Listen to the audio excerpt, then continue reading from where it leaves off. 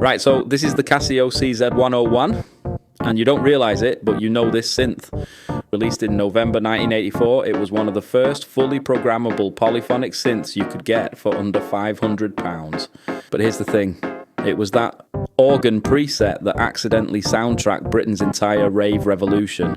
Now, Casio weren't exactly known for the pro gear back then. Calculators, watches, cheap home keyboards.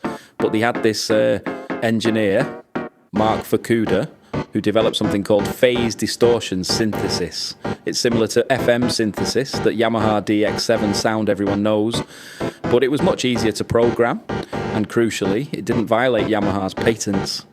And because Casio were manufacturing giants, they could sell it dirt cheap. It became the first synth for thousands of kids in the mid-80s. They bought them at department stores, learned on them, fell in love with them.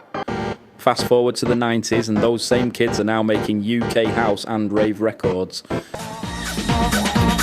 That organ sound is all over Pizzaman's Sex on the Streets. That's Norman Cook, by the way, before he became Fatboy Slim. Capella's I Need Your Love. The now legendary Bombscare from Two Bad Mice. The list goes on and on. Vince Clarke owned 4 of these things at one point. That's how good they were.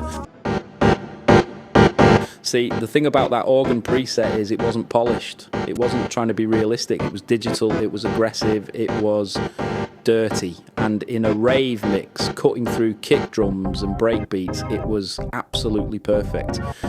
The phase distortion gave it this metallic, slightly harsh character that just worked. You couldn't get that sound from a Korg M1 or a Roland.